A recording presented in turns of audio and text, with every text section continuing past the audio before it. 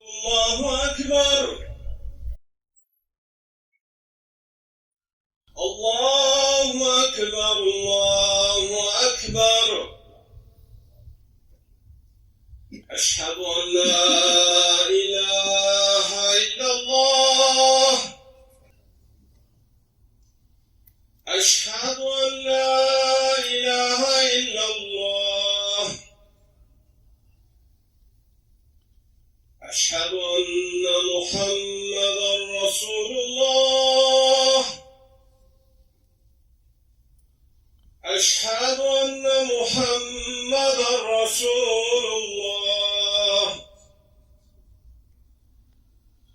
حي على الصلاة.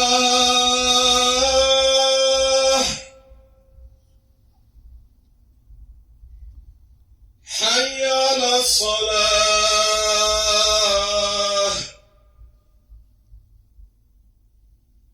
حي على الفلاح.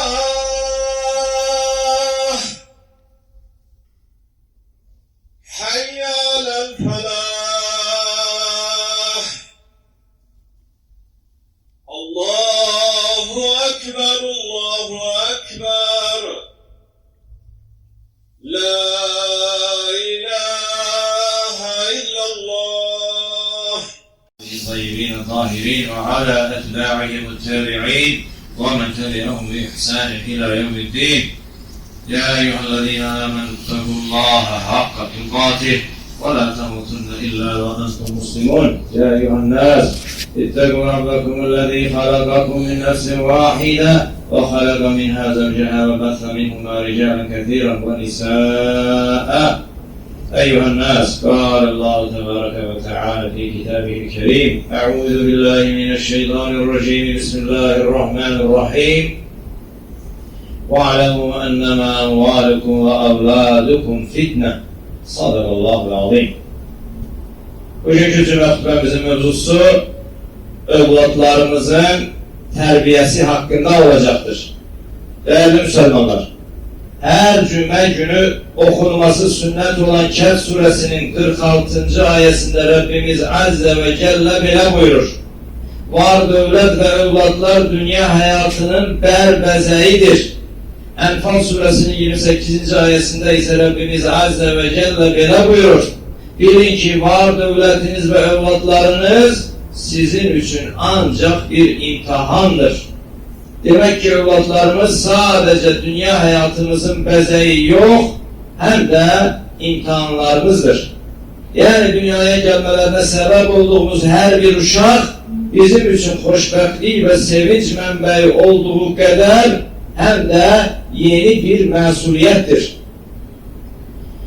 Bir varlığın içine neslini devam ettire ve koruyabilmesi için yarı bostana ekilecek kadar çok karpuz tohumu yerleştiren Rabbimiz Azze ve Celle sizce insan neslinin, yeryüzünün halifesi olan bizlerin neslinin devamı ve korunması için ne etmiştir ve ne emretmiştir? Herkese cemi bize de verilen hayatı korumak için sebepsiz geldiği haram eden Rabbimiz Azze ve Celle malımızı korumak için oğurluğu, ağlığımızı korumamız için spirtli içkini ve nesillerimizi korumak için de zinalı haram etmiştir. Müslim'de gelen hadislerle Resulü sallallahu aleyhi ve sellem uşağın senin üzerinde hakkı var buyurarak uşağa güzel al koymak, güzel terbiye ve tahsil verme ve vakti çatında aile kurma mevzusunda onlara yardım etmeyi valideynin vazifesi olduğunu bildirmiştir. Ebu Hureyre'nin radıyallahu anh'ın naklettiği hadiste insan öldükte 3 emel haricinde sevaplar kesiler, yalnız sedeke-i cariye faydalı elim ve özü için dua eden salih evlat varsa o şahsın emel defteri sevap yönünden açık kalır. Değerli kardeşler, öyleyse biz öldükten sonra bile bizim sevap defterimizin açık kalmasına sebep olacak evlatlara nece sahip olabiliriz? Evladına değer veren ve bu sebeple ona en güzel şekilde terbiye vermeyi isteyen valideyn evladının özüne yok, Allah'a ait olduğunu bilmelidir. Yani övladını Allah'ın Azze ve Celle'nin emaneti olarak görmelidir. Eğer öyle görse, valideyn uşağını yedirerken de, içirerken de, giydirerken de, böyüderken de Allah'ın rızasına uygun böyütmek mesuliyeti hisseder. Övladına değer veren valideyn uşağını terbiye ederken ona uşak yok, sabahın valideyni, müellimi, hekimi, polisi ve imamı kimi bakmak mecburiyetindedir. Uşak bugün uşak olsa da aslında bugünden çok sabaha aittir. Ona sərf olan zəhmət sabahın insanını yetiştirmək, yani geleceğin cemiyetini kurmak demektir. Allah Resulü sallallahu aleyhi ve sellemin uşaklara salam vermesi, əhvallarını soruşması, Yahudi uşağı böyle bir adam kimi dine davet etmesi, uşaklara dua etmesi, onlara sil vermesi, onların mescide gelmesine mani olmaması ve uşakların mescidde bir saf tutacak kadar çok olmaları Allah Resulü sallallahu aleyhi ve sellemin uşaklara böyükler kadar değer vermesini gösteren delildir. Evlatlarına değer veren valideyn öz söz ve davranışlarına dikkat eder. Çünkü uşağın ilk müəllimləri onun elə öz valideynləridir.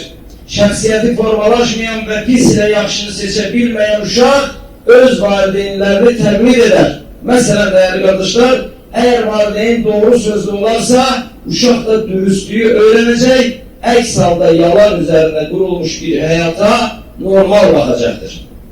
Ebu Davud'da gelen hadiste, gel sana bir şey vereceğim diye uşağını çağıran anasına hakikaten bir şey verip vermeyeceğini soruşan Peygamberimiz sallallahu aleyhi ve sellem ona hurma vermek istediğini öğrenende amandır, dikkatli ol, eğer ona bir şey vermeseydin sana bir tür yalan yazılacaktır deyir. Yani değerli kardeşler, hatta zarafatla böyle olsa evlatlarımızı aldatmayak, evlatlarımıza yalan danışmayak ve öz şəxsi hayatımızda evlatlarımıza bütün müsbət âli insani değerlerden numune var. Evladına değer veren valideyn uşaq terbiyesinde səbri ve zorakılıktan uzak olan bir metodu mənimsəyər. Kardeşleri Yusuf'u kuyuya atan evlatlarını bağışlayıp onlar için dua eden Yakup aleyhisselam. Kafir olsa da tufanda oğluna acıyıp oğlum bizimle birlikte gemiye bin, kafirlerden olma diyen Nuh aleyhisselam ve 10 yıl Allah Resulü sallallahu aleyhi ve sellem'in yanında böyleyen Enes radıyallahu anh'a bir defa olsun böyle of ne için bunu böyle ettin veya ne için bunu böyle etmedin demeyen Allah Resulü sallallahu aleyhi ve sellem buna en büyük delildir. Yani değerli kardeşler, hatta Peygamberler aleyhisselam böyle öz inanmayan, öz pis emel gören evlatlardan ne vardılar güzel kardeşler? İslahları için dua ettiler ve çobuk davranmadılar. Allah Resulü sallallahu aleyhi ve sellem sehven imamın solunda duran emisinin Balacaoğlu Abdullah İbni Abbas'ı tutarak sağ tarafına geçirmiş ve başını sıralamıştır. Yemeğin her tarafından elini uzatarak yiyen bir uşağa Bismillah de, önünden ye tövsiyesini Allah Resulü aleyhisselatü vesselam vermiştir. Hurma ağaçlarını taşlayan ve oradan hurma salan uşağı Allah Resulü aleyhisselatü vesselamın yanına ceza verilmesi için getiren cemaat uşağı getirdikte Allah Resulü aleyhisselatü vesselam uşağa ne için ağacı taşladığını, hurma ağaçlarını taşladığını soruştukta ey Allah'ın Resulü acıdım demiş ve Allah Resulü aleyhisselatü vesselam elə ise hurma ağaçlarını taşlama altına düşenlerden, yere düşenlerden ye dedikten sonra hatta uşağa Allah'ım bu uşağı doydur diye dua etmiştir. Yani Allah Resulü aleyhisselatü vesselam değerli kardeşler bir uşağın hatasını onu dövmek, sövmek, danlamak için sebep yok, ona məsləhət vermek, onu terbiye etmek için fürsət bilərdi ve fürsətə çevirərdi. Değerli kardeşler, 12, 13, 14 yaşlarına kadar uşaqlarını zorakılıqla mecbur ederek yaxşı işlere mecbur eden ve tanıdığımız bəzən valideynlər deyir ki, uşağım 14-13 yaşına kadar mələk kimi uşağıydı. Sonradan birdən-birə nə tərsi oldu, uşaq dəyişdi. Eğer değillerse, məncə onun %90% səbəbi o valideynin tərbiyə edərkən sevmə, sevdirmə yolunu yox, zorakılıq və məcbur etmə üsulunu tətbiq etməsi ilə əlaqədardır ki, uşaq 14 yaşına çatdıqda, artıq güc sahibi olduqda bu dəfə öz haqqını müdafiə etməyə özü-özlüyündə çalışır və o xoşa gəlməz nəticə ortaya çıxır.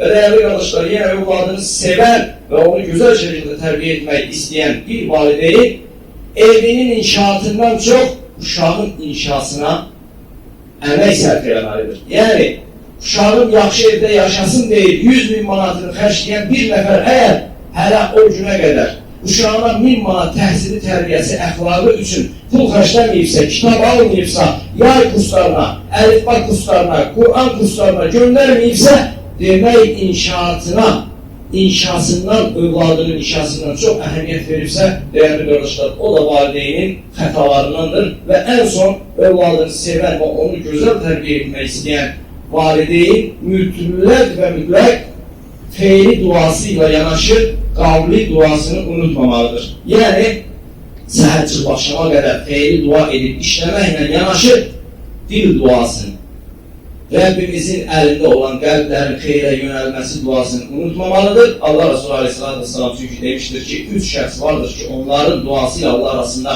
maniyə olmaz və dərhal qəbul olunar. Onlardan da biri dəyərli qardaşlar, ana, atan, övladına edəcəyi duadır. Və ona görə Allah biz valideynlərə, övladlarımıza əlimizdən gələni etdikdən sonra bir də dua cəbhəsində onun qəlbinin xeyrə yönəlməsini unutmamalı nəsib etsin. Barakallahu aleyhi və lakum fil Qur'anil azim və nefa'ani və iyyəkum bimə fihi minəl ayəti və zikril hakim.